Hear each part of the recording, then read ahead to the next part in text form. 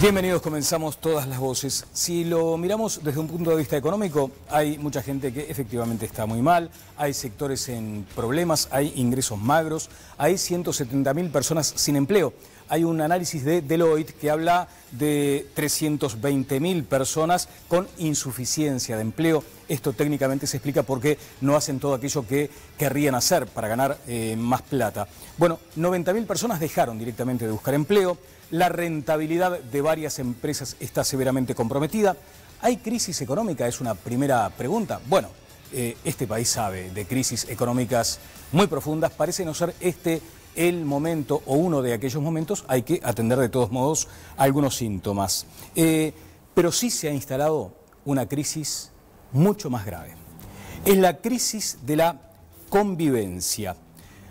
No sé si les parece, nos culpamos todo el tiempo unos a otros, nos miramos con recelo, con desconfianza, nos peleamos por todo. Indigna, realmente indigna el número de homicidios que tenemos hasta ahora. Es escandaloso, en el primer cuatrimestre un aumento del 81%. Ahora, si alguien lo dice, de pronto le está haciendo el juego a la oposición. Si alguien dice que hay que atender las causas de esos homicidios, bueno, entonces es una foca que le está aplaudiendo al gobierno. Así es muy difícil. Si te pareció, por ejemplo, desubicado que en los discursos de hoy se maneje al empresario como enemigo, no estás entendiendo nada. Ahora, si llegás a decir que hay intereses de contrabando en algunos planteos de los autoconvocados, en ese caso está siendo funcional al discurso del gobierno. Todos parece que sospechamos de todos. Esa es la sensación que a veces queda. Algo de esto será tratado esta noche. Comenzamos con Todas las Voces, el debate en vivo.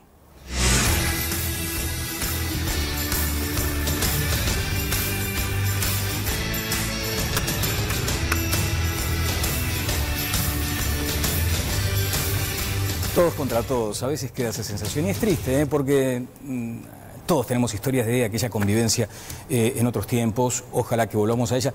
¿Cómo te va, Viviana? ¿Cómo estás? ¿Qué tal? Muy buenas noches, Daniel. Tenemos para más adelante en el programa novedades sobre el caso Balcedo. Un titular, por favor. Sí, porque a 29 días de que termine la prisión preventiva de los Balcedo, bueno, recibieron una mala noticia. Y por otro lado, ¿te acordás de la palabra derógase en la nueva ley de lavado? Bueno, también hay novedades con respecto a eso porque hicieron uso de esa palabra, la defensa de los Balcedo. Bueno, con esa palabrita el que estaba muy atento también es Eugenio Figueiredo, aunque no le fue muy bien cuando trató de emplearla. Lalo Fernández está con nosotros esta noche. ¿Cómo te va, Lalo? Muy bien, muchas gracias. En lugar de Óscar Andrade, que hoy tenía varias actividades en el 1 de mayo. Mónica, ¿cómo te va? Hola, buenas Connie, noches. ¿cómo estás? ¿Cómo estás, Daniel? Está también Jimena Sabarís con una pregunta que ya vamos a abrirles a la consideración de todos ustedes en un sondeo. Nuestros invitados de esta noche, el fiscal Gustavo Subía. Buenas noches, ¿cómo le va, fiscal? Buenas noches. Hasta la medianoche de hoy, fiscal. Sí, señor. Le quedan aproximadamente 2 horas 4 minutos de fiscalía. Bueno, nunca voy a perder del todo alguna vocación al respecto, pero formalmente sí. ¿Desde qué año? Desde 37 años, 81. 37, o sea que estamos a un rato de que culmine una carrera de 37 años. Que culmine forzadamente una carrera. Creí que iba a decir formalmente. Bueno, ya vamos a hablar de eso. Está con nosotros Daniel Fernández de Cambadu. ¿Cómo le va, Daniel? Muy bien, Muchas gracias por su presencia. Y también Alejandro de Barbieri. ¿Cómo estás, Alejandro? Un gusto, Daniel. Gracias por la invitación. ¿Hay algo de esto de todos contra todos? Y sí, se van polarizando a veces las emociones. Es importante encontrar un equilibrio social para poder convivir mejor. Vamos a ver qué decían hoy algunos de los integrantes del PIT-CNT. Hay que decir que Óscar Andrade fue uno de los oradores y allí planteaba algunas cuestiones vinculadas también a la postura que ha asumido la central sindical. Este primer informe. Si uno sigue la línea de razonamiento del empresariado promedio, dan ganas de enviarlos al Mides a que les den una canasta de alimentos porque parece que están destrozados. Algunos empresarios que son especialistas en exprimir la ubre del Estado, que reclaman devolución de impuestos por acá, que reclaman que les bajen la tarifa, que reclaman no pagar lo que deben, que reclaman, se ofenden ante los 1.400 pesos que una mujer pobre con una hija a cargo recibe de un plan social. Eso es una miseria. Crece el desempleo. ¿Es o no necesario promover un fuerte show de inversión pública? Es claro que hay déficit fiscal. Bueno, la central presentó una serie de medidas. Es lógico que los impuestos patronales sean planos, que pague el mismo porcentaje de impuesto el pequeño comerciante que el dueño del shopping, que la gran cadena pague el mismo porcentaje que el pequeño industrial o que el pequeño productor. No tenemos que buscar desde ahí recursos. Y exhortamos, la verdad que lo exhortamos a los representantes que están acá, a dejar de subsidiar empresarios, grandes empresarios, a dejar de bajarle la tarifa a ellos, que están pagando 2 mangos, y la gente sigue pagando, que le pesa un 10, un 15 y hasta un 20% a los hogares pagar la luz. Bueno, comenzamos a analizar esta parte del discurso. Conrado. Yo estoy consternado por la reiteración real de estos discursos del 1 de mayo, que obviamente no contribuyen. A mí no, digamos, me tiene sin cuidado que pretendan marcar perfil, que ofendan a los adversarios, pero hay 2 cosas que no soporto. A ver. Una es sistemáticamente los actos del PIT-CNT del 1 de mayo los inaugura un representante o una representante de la Central de Trabajadores de Cuba. Y escuchó bien, representante de la Central de Trabajadores de Cuba. Y yo hoy de mañana leía a la gran bloguera cubana y escritora Joanny Sánchez decir, desde esta mañana habanera, en donde no hay sindicatos libres, donde no hay ningún derecho de huelga, donde no hay derechos sindicales, donde todo responde al Partido Comunista, y esa es la invitada que abre el acto. Bueno, pero después... Sí, sobre los comentarios. A ver, porque tenemos poco tiempo para este primer fragmento, perfecto. Conrado. A ver, Mónica. Sí. Me enferma la referencia al pueblo que son ellos, cuando sabemos que todo el país está muy enojado con ellos. Mónica. Da la impresión de que fue como globalmente, viéndolo globalmente, que se quiso como cubrir todos los frentes. Si bien eso mismo, habló el embajador de Venezuela, la representante de los supuestos sindicatos cubanos, ya se llaman centros de trabajo, porque ni siquiera se pueden llamar sindicatos. También estuvieron las mujeres con las reivindicaciones que sabemos que en este momento pagan en la gente, el tema de género. Por otro lado, se criticó al gobierno, porque así no quedan como también parte de las focas que aplauden, y el representante de AUTE criticó al gobierno.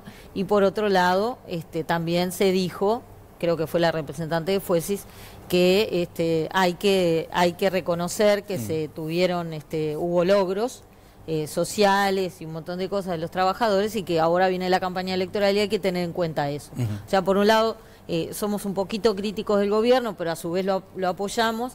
Por otro lado, reivindicamos el tema de las mujeres, aunque no tenemos ni una sola en la dirección de la central. Por otro lado, nos acordamos de nuestros aliados históricos, Cuba y Venezuela, pero también queremos ser modernos. Igual Abigail Puch, respecto al tema de género, allí fue muy enfática, claro, ¿no? También. Claro. Voy a ir con Lalo Fernández. ¿Alguna se sintió aludido por esto de que los empresarios se quejan y deberían ir a buscar una canasta al Mides? No, yo diría al contrario, que creo que el sindicalismo tendría que pedir que ganaran mucho dinero los empresarios, porque así el Estado le podría cobrar buenos impuestos y los trabajadores podrían pedir y exigir más aumentos.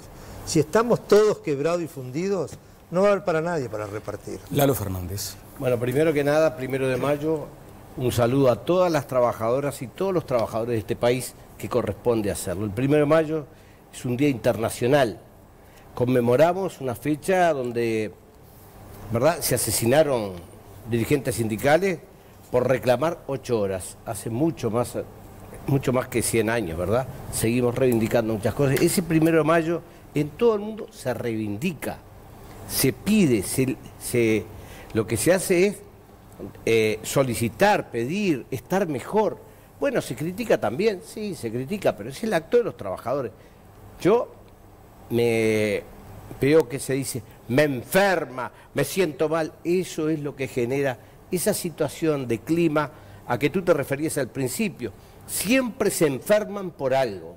Por favor, empecemos a escuchar, a comprender al otro y a buscar los caminos que mejor nos sirvan para mejorar el país. Si nos enfermamos mucho, no es bueno que estemos comentando. Lalo, un dirigente de fuste, o sea, te reconocen propios extraños, has estado en los debates más tremendos, muy aguerridos en su momento en los bancos. ¿Compartes, por ejemplo, que en partes del discurso se haya hablado de el enemigo nunca duerme, luchar hasta vencer, empresarios que roban? Bueno, hay empresarios que roban, que ese día no está mal. Se vinculaba en este caso a la energía eléctrica, que se cuelgan, muchos empresarios están robando energía. Bueno, si el dirigente de UTE lo denunció, tendrá pruebas. Ajá. Si hay pruebas, que las marque. Si no las tiene, es muy malo que lo haya planteado. Ajá. Pero yo creo que si las planteó en un acto del 1 de mayo, donde escuchan todos los trabajadores el mensaje, que se está transmitiendo por todos lados, debe tener las pruebas. ¿Y el concepto ese del enemigo, empresario igual a enemigo? El enemigo de clases, sí, hay lucha de clases en la sociedad, hay lucha de clases en la sociedad. Ahora, eso de decir, ¿es enemigo el señor Fernández? Yo no estoy hablando de eso, estamos hablando del concepto filosófico. Sí, sí. Vivi. Con ese Liliana. discurso del dirigente de AUTE que vos mencionabas, Daniel, quien se fue del acto del 1 de mayo fue la ministra de Turismo, Lilian Kichichian, y así lo comentó en un tuit que publicó hace algunos minutos nada más, diciendo que, bueno, el primer discurso de nuestro compañero Oscar Andrade había sido con argumentos, por más que ella no compartía alguno de ellos, pero que el representante de AUTE hizo que me fuera del acto. La fecha no merecía un orador tan pobre de conceptos, escribió la ministra. A ver, la producción podría llegar a tener ese tuit en los próximos minutos y con Jimena Sabarís lo podemos llegar a comentar para leerlo allí en la propia cuenta de la ministra. Ale, cuando escuchas esto, ¿se da también esa lógica de unos contra otros? Bueno, sí, nosotros tenemos que todos, comunicadores, psicólogos, toda la responsabilidad social, tratar de ayudar a una convivencia mejor, ¿no? Cuando vemos todos estos datos de situación social de crítica, bueno, puede haber como un enojo de la gente. Yo creo que es importante el saludo del trabajador, de que nosotros planteamos de que hoy en día la gente tenga trabajo, que puede tener sentido su vida aunque no tenga trabajo, porque mucha gente solo tiene sentido su vida si tiene trabajo, después si no tiene trabajo también tiene la posibilidad de darle un nuevo sentido a su vida, pero es una oportunidad para trabajar con dignidad, con alegría y ayudar como adultos a dar un nuevo mensaje a las generaciones que vienen, ¿no? En un hecho sin precedentes o que de pronto yo no recuerdo, hubo allí un momento tocante, fue ese minuto de silencio por otro trabajador asesinado por la delincuencia. Vamos a tener ese momento más adelante aquí en Todas las Voces. Lo cierto es que allí es donde yo advierto un punto de contacto entre lo que estamos debatiendo, esa percepción de que a veces estamos todos contra todos, y lo que yo les señalaba o pretendía señalarles al comienzo. Aquí de pronto, bueno, podrán ponderar en términos económicos si estamos ante una crisis o ante la antesala de ella. Lo que parece notorio es que hay una crisis de convivencia. ¿Comparte eso, fiscal Zubia? Sí, sí, la crisis de convivencia es evidente. Lamento haber escuchado en el día de hoy, más allá de la congratulación por el acto en que todos estamos involucrados, somos todos trabajadores, algunas reflexiones referente a que el tema de la violencia en la sociedad, en el punto estructural enorme en que se encuentra, puede ser solucionable a breve plazo mediante mecanismos de mayor inclusión social, de mayor justicia social, de mayor educación. Por supuesto que son valores a compartir, pero no son los mecanismos que, en este breve plazo a que estamos enfrentados, solucionan este problema. La delincuencia, que es innata a la condición humana, porque es el hombre que busca el atajo para llegar, en lugar de llegar por el trabajo, debe de combatirse con reglas muchísimo más eficientes que las que tenemos al día de hoy, y son las que espero que puedan modificarse de una vez por todas, porque este sistema así no funciona. Vamos a ir al momento ese del acto del PIT-CNT. Tengo el sondeo ya abierto. Jimena, por favor, adelante. Sí, Daniel, porque la seguridad en el país es un tema que preocupa a nuestros televidentes y ya está abierta nuestra comunicación con ustedes desde sus casas a través de Twitter, @todaslasvoces4 y utilizando el hashtag #OpinoEnTLV. El sondeo de esta noche, queremos saber ¿quién considera usted que debería ocuparse de la seguridad en los locales comerciales? Y la opinión de nuestro público, el 14% por ahora dice que el empresario, el 44% la policía, o sea, el Estado, y el 42% dice que ambos. Sigue abierto nuestro sondeo y queremos que se sigan comunicando con nosotros a través de Twitter. Bien, es que hay como idea de espacios de coordinación entre la policía y las guardias privadas. Si usted debiera responder, Fernández, a este sondeo que hemos abierto, ¿por cuál de las opciones se inclinaría? No, la policía, el Estado tiene que hacerse cargo de la seguridad ciudadana, ¿no?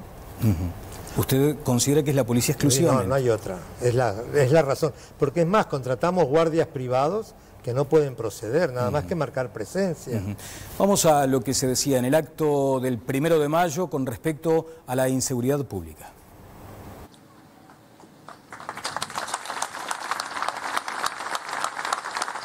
Un momento sin duda muy especial de recordación, de saludo y de homenaje a todos los trabajadores y trabajadoras asesinados, así como a todas aquellas mujeres víctimas de violencia de género.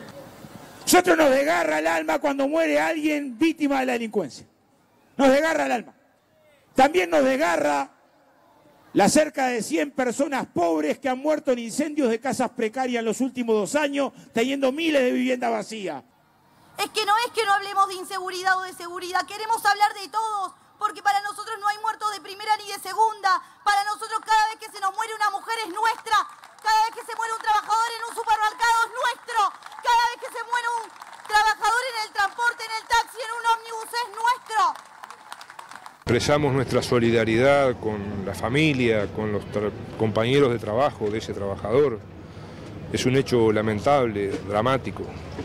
Y creo que tenemos que trabajar, como se está trabajando, por ejemplo, en las cárceles con las personas privadas de libertad. Hoy la mitad de las personas privadas de libertad, tenemos unas 10.000 personas privadas de libertad, unos 5.000 están trabajando. Ese es un dato interesante que yo por lo menos desconocía. O sea, la mitad de la población carcelaria está recibiendo alguna instrucción para el trabajo. Hay algunos otros datos con Viviana. Sí, en el primer cuatrimestre del año hubo 147 homicidios, uno cada 20 horas. Son 66 más que en igual periodo de 2017, lo que representa un aumento de 81%. Estos son datos de la Fundación Fundapro, que están vinculada al Partido Colorado, pero que muchas veces también el Ministerio del Interior ha validado sus cifras. Fueron 79 homicidios en Montevideo y 68 en el interior del país. En esta progresión llegaríamos al cierre de este año a 500.000 de personas en esta circunstancia de homicidios. Mónica. Yo repito, estuve mirando esas cifras y son tremendas, ¿no? Y no creo que haya una solución fácil ni decir la culpa la tiene, cambiando al ministro vamos a arreglar algo, o haciendo una política para dentro de 2 meses vamos a cambiar nada, ni tampoco apostar a las causas dentro de 10 años cuando tengamos un índice centroamericano.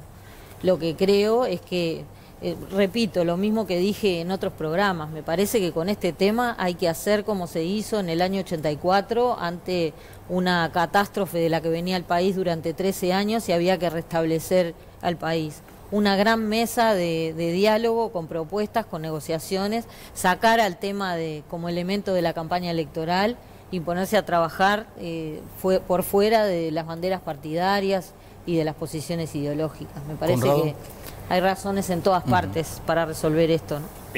Hay un análisis recientemente publicado sobre el tema de la evolución de los homicidios en el Uruguay, que muestra que en el año 2012 hubo un gran salto. Ese salto mostró una discontinuidad en lo que era una tendencia de largo plazo de crecimiento de los homicidios. Ese salto hubo que interpretarlo y ese salto después osciló en ese nivel que había llegado, había crecido cerca de un 41% durante los 5 años siguientes y tuvo un pequeño descenso en el 2017. Cuando empezó el año 2018, la cifra de enero ya fue escandalosa. Y ojo que hay estacionalidad en los homicidios, los meses de enero son el número más alto y el invierno es el número más bajo. En términos estadísticos eso quiere decir estacionalidad. Pero cuando cerró enero con un récord y uno diría, el gobierno miró las cifras preocupado, vino febrero y fue mucho peor que febrero del año pasado. Y luego vino marzo y fue mucho peor que el año pasado, y luego vino abril y fue mucho peor que el año pasado.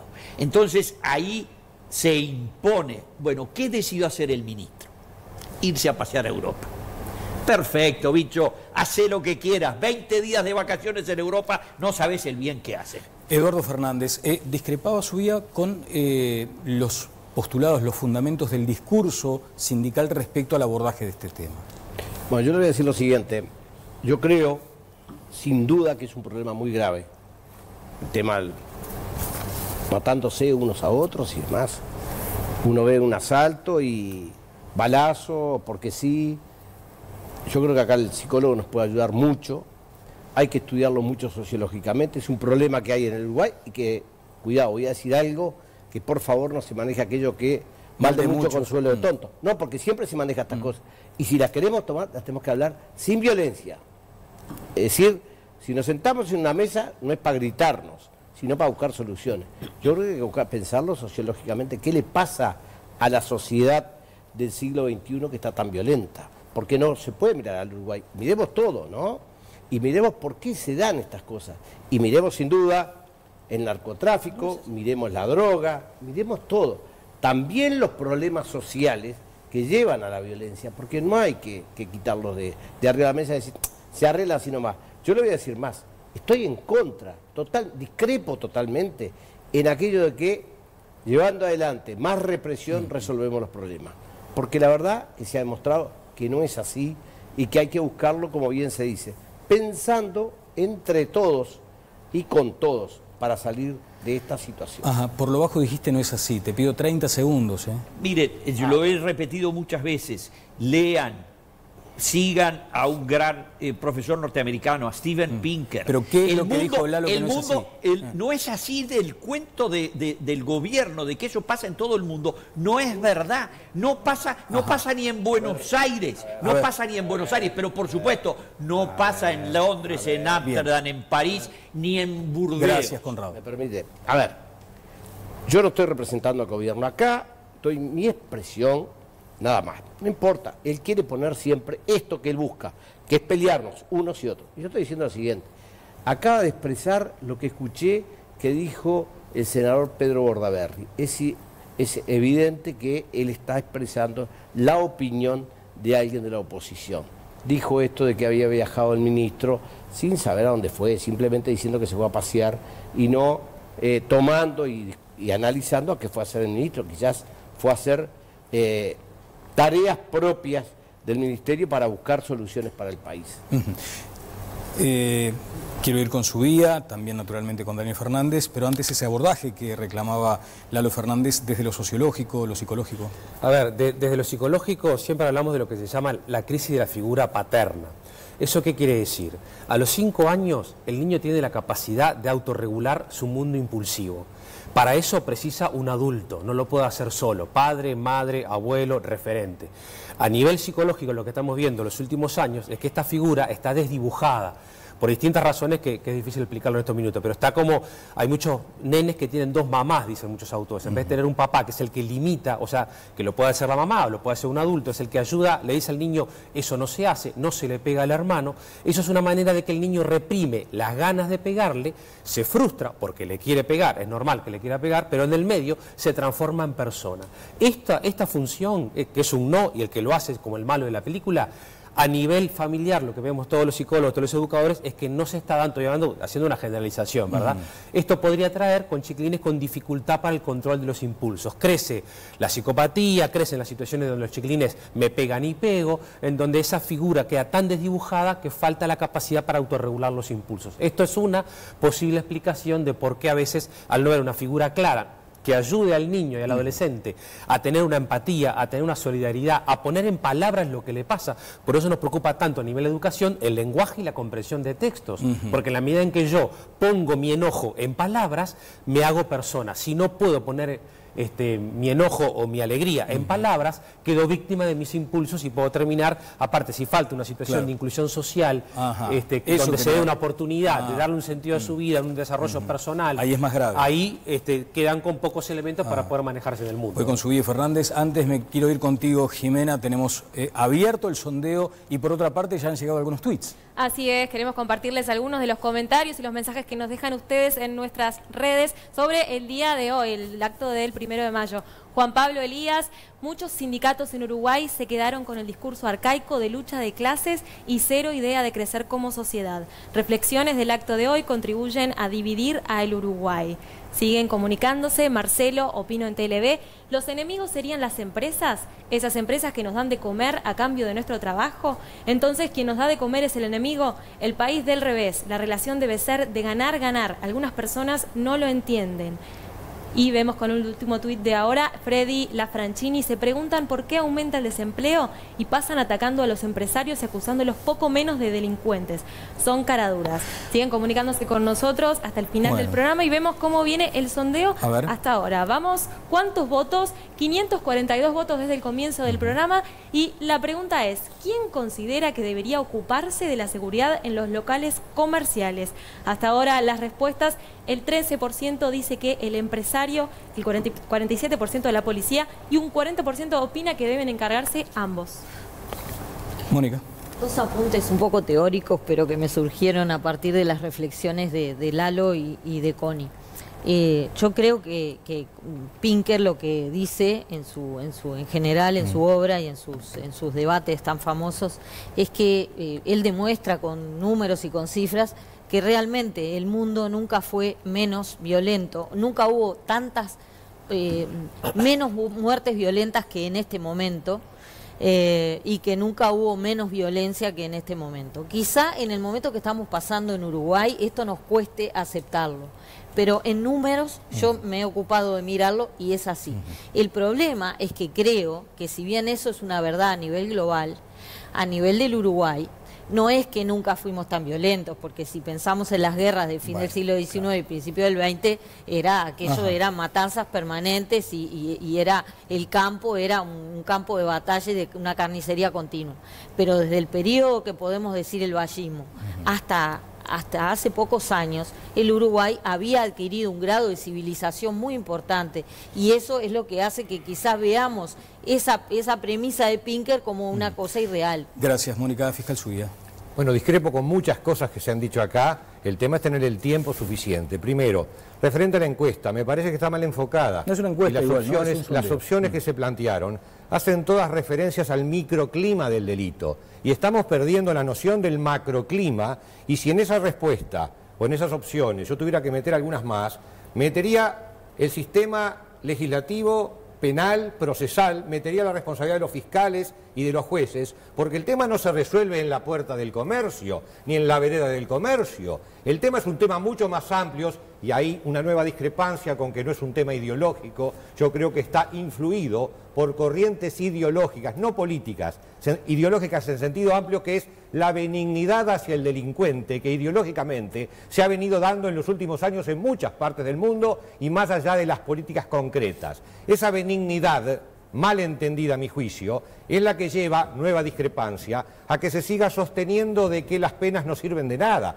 Si las penas no sirvieran de nada, entonces, ¿por qué no abrimos las puertas de las cárceles y directamente damos libertad a los ahí encarcelados? Porque las penas sirven en el tránsito, sirven en la educación, sirven en la familia, sirven en la delincuencia, es decir, la sanción sirve. Que estén mal implementadas las cárceles, y discrepo con la cifra de un 50% de encarcelados trabajando, nueva discrepancia de la noche de hoy, que esté mal diseñado, que las cárceles lleguen a ser infiernos en el Uruguay, no justifica un sistema mal diseñado en cuanto a la implantación de las penas. El Estado tiene que gastar en cárceles para realmente salir, porque yo los he conocido a los infiernos en carne propia, porque he visitado en un mes 3 veces el módulo 8 del CONCAR, y no imaginan ustedes lo que es convivir 8 personas en una celda de 4x4. Así que 100% de acuerdo al infierno, pero hay que cambiar las reglas de juego, hay que cambiar la mentalidad, e ideológicamente tenemos que llegar a lo que decía de Barbieri, es decir, tiene que haber una figura parental, el padre, el Estado, que diga, señor, delinque, señor, se lo sanciona. Eso parece que no lo estamos entendiendo. Daniel Fernández. Bueno, tenemos un problema que creo que no se arregla solamente con el ministro del Interior, es multisectorial. Creo que tendrían que trabajar mucho más los sociólogos. Y lamentablemente, en la campaña pasada, todos los candidatos tenían la solución. Pasaron 4 años, la solución no está, y se siguen peleando y sigue siendo el botín de la elección. La próxima elección se va a definir por eso, que nos hace mal a todos los ciudadanos, nos quiebra como sociedad. ¿Lalo? No, simplemente decir, primero que nada, yo planteé, no hablé nada de las penas, ¿no? Si se refirió a mí, yo no hablé de las penas, hablé de la represión. Dije, hay que educar, hay que buscar soluciones entre todos, no con lo que tenemos. Si estamos en este momento teniendo algún problema para poder analizar por qué esta situación, porque el tema que explica bien el psicólogo, la falta de esa cuestión maternal, ¿no? Aquella que, una guía, vamos a decir, le falta. Claro. Bueno, bien, esa guía tenemos que discutirla. Pero el papel del Estado que señalaba el papel del Estado, el papel del Estado, mire lo importante. Si será importante el Estado, para algunos que niegan al Estado permanentemente. Claro que el Estado... Es esencial. Esa es la esencial. Juez y gendarme. Eso es lo esencial del Estado. Yo siempre digo que la Universidad de la República del Estado, nuestra Universidad de la República, tuvo una materia muy mala que evidentemente Conrado Hughes nunca la vio, que es el respetar al que está hablando. Yo lo que digo es eso, hay que analizar entre todos. Yo voy a estar diciendo, estoy justificando la violencia, estoy justificando el delito de ninguna manera. Lo que estoy diciendo es, bueno, analicemos, busquemos las formas, porque todo el mundo tiene responsabilidad. Tenemos responsabilidad los ciudadanos, tiene responsabilidad la justicia, sin duda. Ahora, y no solamente se arregla pensando en qué ley te apruebo más fuerte o no, sino también la capacidad que tienen quienes imparten justicia de llevarla adelante correctamente. Dijo algo el expresidente José Mujica, en todo caso le pido a la producción si lo podemos tener para dentro de algunos minutos. Decía Fernández, Daniel Fernández, que de pronto también se hace caudal político electoral de este asunto. Bueno, yo creo que en este momento no hay que ser caudal y que al contrario, si alguien lo está buscando, se está equivocando muy malamente para con el país. Contradigo nuevamente. Sí. Es decir, los caudales políticos vienen a partir de las falencias reales. Toda actividad política se basa en detectar donde hay falencias y trabajar con un programa a partir de las falencias. Eso lo han hecho todos los partidos políticos en la historia de la humanidad. ¿Usted se va a dedicar a la política? Yo tengo la opción, todavía no he tomado decisión, porque me he visto obligado a renunciar de la Fiscalía y yo quiero seguir trabajando en pos de algo que está funcionando horrible. ¿Lo va a hacer desde la política? Eventualmente, sí, pero no tengo todavía decisión tomada. Ajá. Lo que sí que me retiré de la Fiscalía porque no comparto. Pero este tema lo va a utilizar en su discurso eventualmente político. Y obviamente no me voy a dedicar a la medicina el día que haga, si hago algún tipo de inflexión política. Obviamente, porque a mi juicio, el secreto de esto es regular legislativamente un sistema que no se han venido agravando las penas. Por el contrario, las penas han venido disminuyendo. Estamos hablando de un homicidio que en el sistema anterior, el homicida, para obtener la libertad anticipada, tenía que cumplir, cuando tenía medidas de seguridad, la totalidad de la pena. Por la modificación de este nuevo código, ya no 30 años, que era la totalidad de la pena, sino que cualquier homicida ahora puede solicitar la libertad a los 20 años, pero además por la legislación del 2005, la ley de humanización carcelaria, puede solicitarla incluso a los 14 años y por las salidas transitorias puede recuperar la calle de repente en 7 años. Entonces, estamos descendiendo penas, estamos descendiendo los parámetros para alargar mensaje al delincuente, porque el delincuente recepciona mensajes como cualquier ser humano y mandando mensajes equivocados. ¿Queremos solucionar el problema? Para mí no es conformar mesas y seguir discutiendo. Hemos discutido hasta el cansancio. Es una legislación no más represiva, no más represiva. No quiero pena de muerte, no quiero cadena perpetua, no quiero los funcionarios militares en la calle. Simplemente ruego por la aplicación de las penas que tenemos hoy. Por el contrario, y si podemos hablar del nuevo código, ustedes verán que lo pago en cuotas, pido perdón y zafo, me voy para mi casa. Con un nuevo código de esas características se hace dificilísimo la convivencia. Entendimos en su momento, de hecho aquí en este mismo espacio debatimos bastante sobre el ingreso al nuevo Código del Proceso Penal. El propio fiscal Subía estuvo presente en varias oportunidades aquí y hablábamos en su momento de la especialización necesaria o de la especialidad del fiscal. En este marco, aparentemente, por eso quiero consultar a los que saben, se dio una circunstancia en el departamento de Paysandú. Allí la Fiscalía pactó con un hombre acusado de abusar sexualmente de su hija de 16 años, reducirle la pena a 2 años de penitenciaría a cambio de que el caso se resuelva en un juicio abreviado. Esto lo informó el Telégrafo, lo confirmó después el Observador.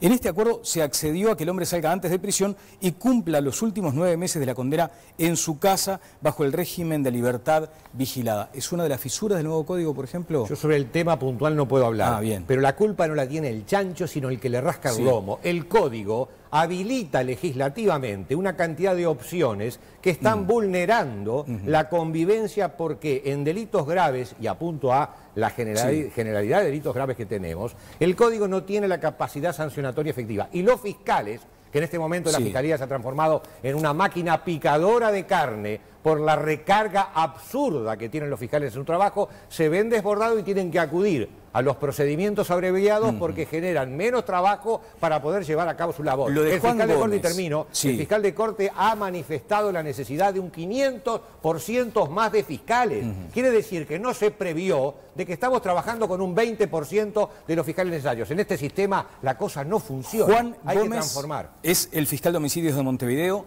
Desde la entrada en vigencia del nuevo Código del Proceso Penal, tiene a su cargo más de 100 homicidios. El 100º caso, ¿saben cuál fue? El del joven golfista del Cerro. Voy a escuchar, ya lo tenemos, al expresidente, el presidente de mandato cumplido, José Mujica, hablando del tema de la violencia. Hay un grado de violencia difícil de contener, terriblemente difícil, que no creo que tenga respuesta policial, sinceramente. Ahora, cuidado,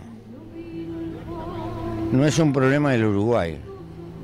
No se puede aislar el Uruguay de lo que está pasando en el mundo. No creo que sea algo que uno pueda prometerle mañana te lo arreglo esto.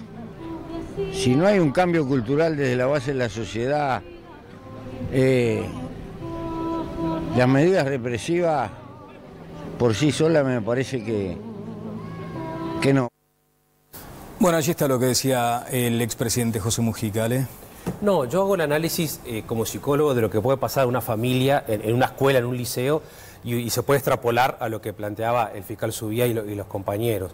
O sea, a veces asocia reprimir como si fuera una mala palabra, ¿no? Por eso, y frustrar como si fuera una mala palabra.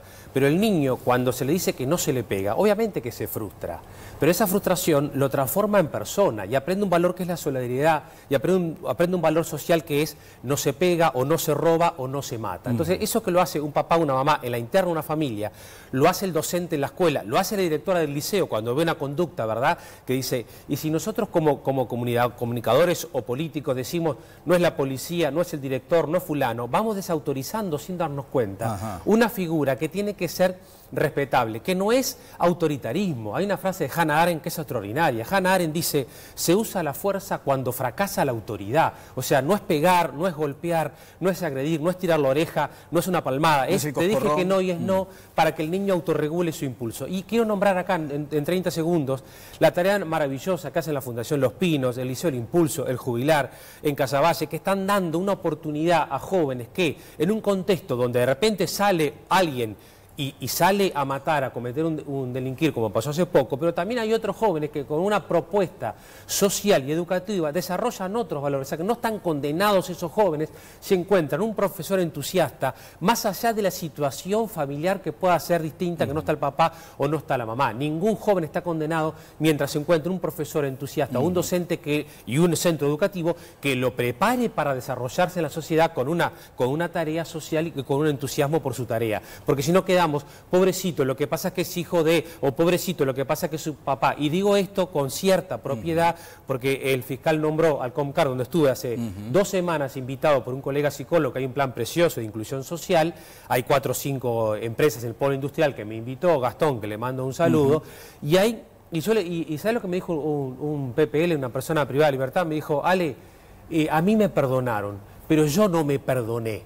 O sea, ¿cómo hago para cuando salga de acá no volver a cometer lo que me pasó? O sea, que la situación de condena sea una situación de aprendizaje, que creo que es lo que quiso decir el fiscal. Cuando uno va a poner una pena a un chico en su casa, a un docente, espera que de esa pena se saque un aprendizaje, no que sea una cosa frágil o lábil, ¿no? Me pide la palabra Conrado, hay algunas preguntas de Viviana, tengo el sondeo abierto y también Lalo Fernández me está pidiendo la palabra. 15 segundos, fiscal. Una pierna es la pierna que comprende, es la pierna que educa. Otra pierna es la pierna que sanciona. Con las 2 piernas tenemos que trabajar. Lo que nos olvidamos de que pensamos, que trabajamos nada más que con una pierna o trabajamos nada más que con la otra. Las 2, creo que hoy nos estamos olvidando de la pierna que sanciona. Ajá, Daniel, ¿más represión, más dura? No, creo que con más represión no vamos a ningún lado. Por eso insisto, sociólogos que trabajen en el campo, que vean la realidad que tenemos, indudablemente tiene que haber también penas, porque la educación es un proceso que conduce y demora su tiempo. Conrado. Fantástico la contribución de Ale de Barbieri, porque nos ayuda a poner el tema en sus justos términos. Nadie está condenado de por vida a ser delincuente, ni está condenado de por vida a ser pobre, ni está condenado de por vida a ser desgraciado. Eso no es así. Y eso, ¿quién lo cambia? El primero que lo cambia es la persona concreta, que por supuesto la sociedad tiene que preocuparse, y eso es lo que reivindicamos y aplaudimos de estas instituciones, la mayoría de ellas con voluntariado y la contribución de la sociedad a través de ciudadanos y las empresas y los sindicatos ahora, como lo ha hecho Richard Reed con sus centros de estudios, que le ayudan a la gente a encontrar esa luz en el túnel para, digamos, ser una persona de bien. Eduardo Fernández. Bueno, yo no voy a entrar en la discusión del código con quien es un especialista, pero sé que una inmensa mayoría de fiscales no coinciden con él. Por tanto, parece que por eso se ha retirado. Yo creo que un nuevo código que se ha empezado a implementar, que por supuesto cuesta mucho, que bueno, tenemos que trabajar para que se implemente correctamente y podamos, con el código y otros instrumentos y herramientas más, poder seguir trabajando sobre este problema tan grande. Y voy a decir algo. Respeto todo lo que se diga sobre las experiencias de todos estos colegios que se ha referido el psicólogo de Barbieri. Pero quiero decir una cosa, parecería que la escuela pública, que el liceo público no ayuda a nadie, parecería, y salen excelentes alumnos de esos lugares de contexto crítico y de contexto no crítico, tanto de la escuela pública como del liceo público. Por tanto, me parece muy bien, y creo que son válidas todas las experiencias, yo no las discuto, pero quiero decir, por favor, no creamos que solamente allí se recuperan jóvenes, al contrario, hay jóvenes que van desde los CAIF hasta 4º año de escuela en esos lugares de contextos críticos donde sus padres son pieza fundamental. Estoy diciendo que sí, por eso supongo que me da la palabra, porque realmente creo que es así. Si bien es muy reconocible y muy loable ese trabajo que están haciendo grupos de la sociedad civil, el trabajo de la escuela pública, muchas veces nos quedamos en criticar la escuela pública por las corporaciones sindicales, por los paros, y yo quiero, y sobre todo un día como hoy, reivindicar, soy hija, soy cuñada, soy madrina, soy de maestras, fui a la escuela pública y fui al liceo público.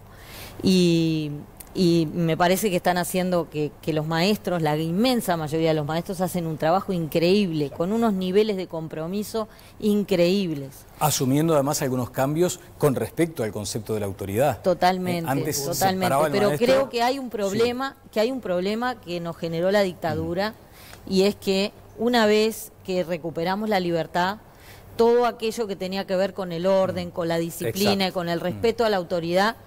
Nos fuimos al otro lado de la Exacto. balanza porque estuvimos sometidos durante 12 años a una represión exagerada en esos años que fue muy totalitaria en la educación. Por eso se malinterpreta y autoridad Entonces, no es autoritarismo. Claro, entonces cuando se terminó la dictadura, yo ya había terminado el liceo porque lo hice todo en dictadura, pero cuando terminó la dictadura vino aquella explosión donde se daba miedo a los directores de los centros grandes, de secundaria sobre todo, a poner un poco de orden. A los profesores empezaron como a aflojar la cosa porque había que ser un poquito más laxo. Entonces hoy terminan insultando profesores en los liceos públicos, hoy terminan pegándole a maestras, hoy terminan los niños contestándole a la maestra con barbaridades. Bueno, hay desbordes Entonces también en creo algunos, que la liceos dictadura privados. tuvo su responsabilidad Sí, ahí, sí. porque nosotros nos fuimos para el otro lado y todo eso se convirtió en malas Bien. palabras y había receta cosas cortita. que eran rescatables. A lo que decía Lalo,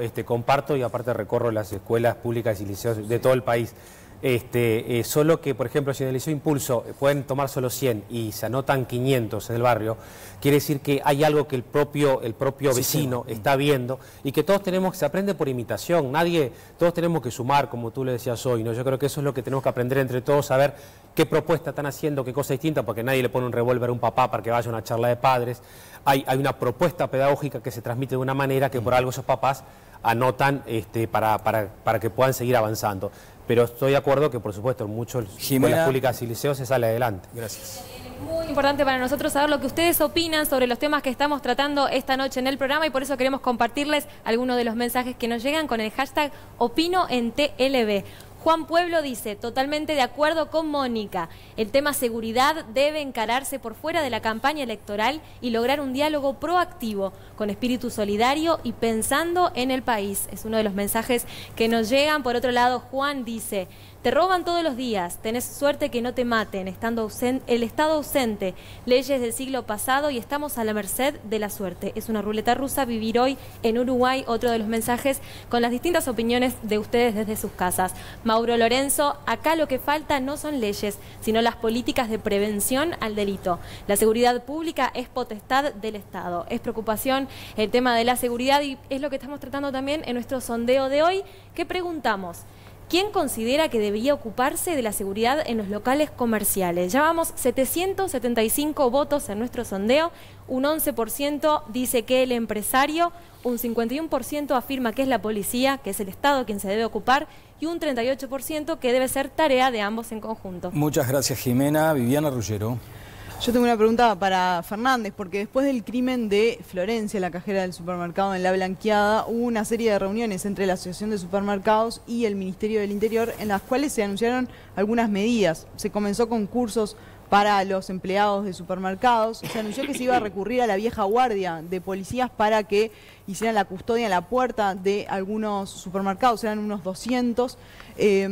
¿Ha mantenido reuniones Cambadu con el Ministerio del Interior? ¿Se ha planteado alguno de estos temas? No, nosotros con el Ministerio del Interior no hemos tenido reuniones. Sí la hemos tenido con los 4 comisarios de las 4 jefaturas que hay alrededor de la ciudad hoy. Y ellos mismos nos dicen que han actuado, el PADO les está dando muy buenos resultados, pero no logran combatir esa delincuencia del motorizado, que está tan extremadamente violenta que terminan matando la señorita cajera, el chico ayer. O sea, en ese tema no han encontrado la solución ellos. Ahí está el quid del problema, que seguimos con una violencia desmedida, que por quítame unas pajas te pegan un tiro. Y aquí en los 4 meses que va el año hablamos de las muertes, que es lo más tremendo, pero no hablamos de la cantidad de víctimas que le han fracturado un hueso, una cadera, señoras que van caminando en los barrios, ¿qué pueden robarle a alguien? Más que los 100 pesos que lleva a hacer los mandados. Y todos los días acontecen esas cosas. ¿Y desde Cambadu se hizo algún tipo de propuesta? No, no hicimos ninguna propuesta.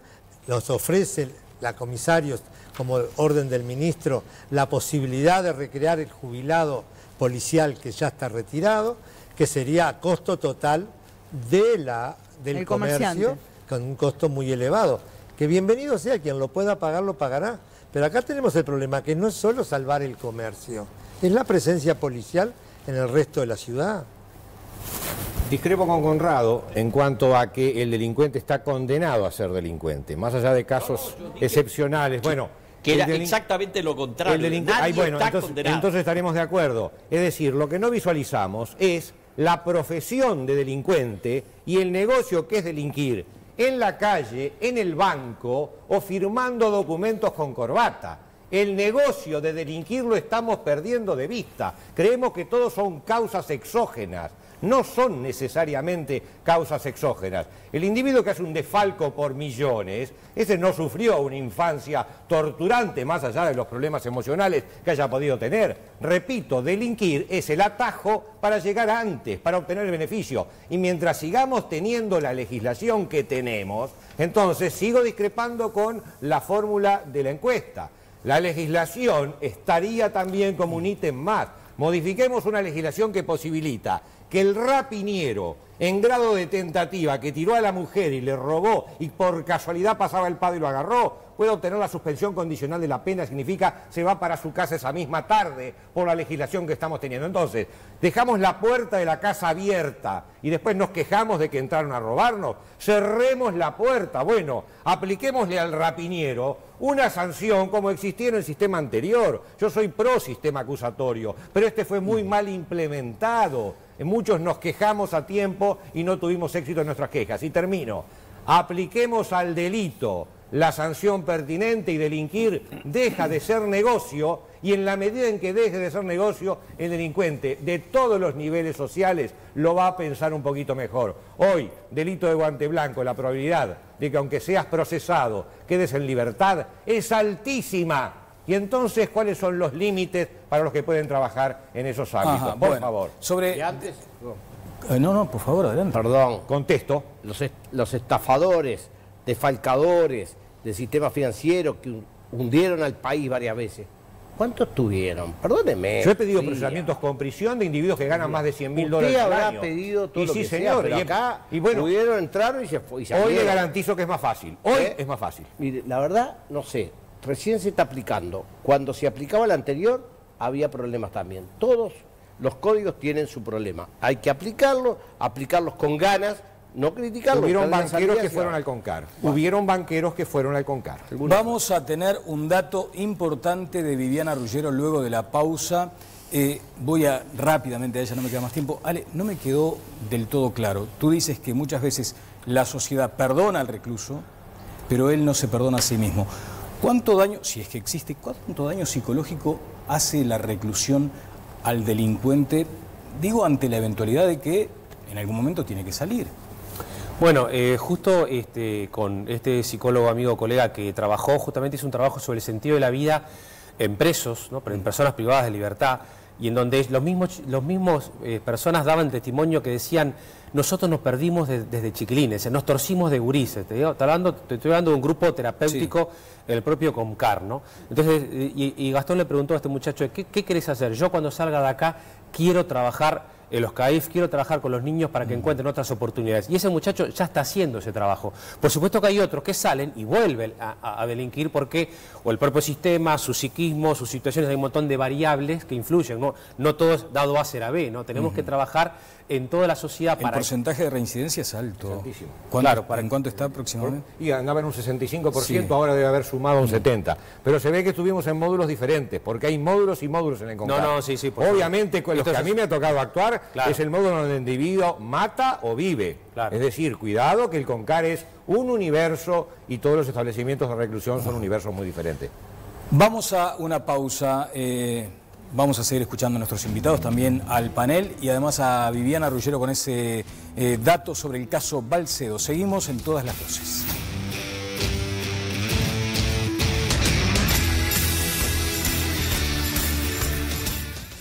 Bueno, muchísima gente opinando a través de nuestras redes. Nos quedó pendiente hoy, y nos lo reclamaron, así hay que hacerlo, porque a veces nos confundimos un poco acá, nos había quedado pendiente mostrar exactamente el tuit de Lilian Quechichian, que se retiró bastante molesta del acto del 1 de mayo, Viviana. Sí, bueno, ahí estamos viendo el tuit que escribió la ministra de Turismo, bueno, a propósito de la molestia que le causó el discurso de Gonzalo Castelgrande de AUTE, y bueno, dice allí que se terminó yendo del acto. Ahí está, fui como desde que tengo uso de la razón al acto del 1 de mayo, canté el himno y la internacional y escuché con atención al Boca, en referencia a Andrade. No comparto toda su intervención, pero fue seria. El representante de AUTE hizo que me fuera del acto. La fecha no merecía un orador tan pobre de conceptos, es lo que dijo Quechichán. ¿Sí? Algo sobre ese tuit? Parece que fue me gusta o retuiteado, ¿por cuál? No sé cuál de los dos casos, por el secretario político del Frente Amplio, Gonzalo Reboledo, y por el asesor del Ministerio de Economía, Gabriel Papa. Interesante la observación, porque muchas veces no están, o sea, es importante el tuit, pero sobre todo son muy importantes los que se suman, en este caso con el retweet o los me gusta. ¿Decías, Viviana? No, que también fue cuestionado este discurso por Mario Vergara, porque dice... Según dijo, bueno, confundió el tema de que al defender el dólar, como estamos haciendo, exacto, con las reservas. Bueno, estamos llegando al cierre. Tengo también, hay algunos, la gente me preguntaba, bueno, ¿cómo hago para opinar? Hay que asociarse a la cuenta de Todas las Voces y poner el hashtag opino en TLV. Me estoy despidiendo de nuestros queridos, el caso Balcedo, Viviana, lo voy a dejar para el cierre, pero me estoy despidiendo de mis queridos invitados. Fiscal Subía, ya le queda menos, 1:05. 1:05. ¿Me va a decir dónde va a hacer política? Hacemos sencillo, me deja hablar hasta la hora 24 y 1 minuto, y en ese momento entonces es una plataforma, hago los comentarios posibles. Claro. No tengo decisión. Me dieron datos. No se va del canal, eso seguro. ¿Está en oferta? Estoy en oferta. Está esperando que la oferta. Mira, acá en este teléfono, aquí, tengo el dato. Déjeme hablar 30 segundos que usted corta y corta. No lo corto nada, yo he hablado bastante. Yo pero me vi obligado a retirarme de la Fiscalía por un tema que hoy no pudimos exponer, y es la horrible implementación en la interna de los fiscales, que falta un 80% más de fiscales. Ante esa Pero situación, dijo usted eso, dijo que el fiscal había pedido más recursos, dijo que era una picadora de carne. Bueno, apenas pude sentirle el gusto al salamín. Ahora, para contestarle le digo así. Frente a que en la Fiscalía yo ya no tengo opción de trabajo, voluntariamente tuve que retirarme, con dolor, pero tengo sí una vocación de seguir pegando. Y a veces se piensa mal de que la actividad política fuera una actividad subalterna. El tema son los seres humanos, como siempre en todas las actividades. Así como hay seres humanos que decaen en una profesión, así hay otros que decaen en otra. Está en oferta, puede ser para el Frente Amplio. La oferta, y mi oferta consta de lo siguiente. Hacer con las manos desatadas, como quizás una persona llegada ideológicamente a quien nos estamos refiriendo, como es mi querido Darío Pérez del departamento de Maldonado. El hombre ha hecho con las manos desatadas lo que estima que debe hacer. Esa es mi opción política más fuerte. ¿Lo pueden invitar? ¿Lo pueden invitar, Fernández? No. ¿Usted no? A su día no. A su día no. ¿Sabe quién Quédese tranquilo, conmigo no. ¿Sabe quién lo está invitando? En esta cuestión de tironearlo, ¿no? Porque lo están queriendo de dos sectores. Uno lo ha invitado y su día se inclina por el otro. No voy a decir en este caso ¿cuál es cuál? Por quién se inclina. Pero usted genera un misterio. Mire, ¿sabe qué? Lo está llamando Edgardo Novik.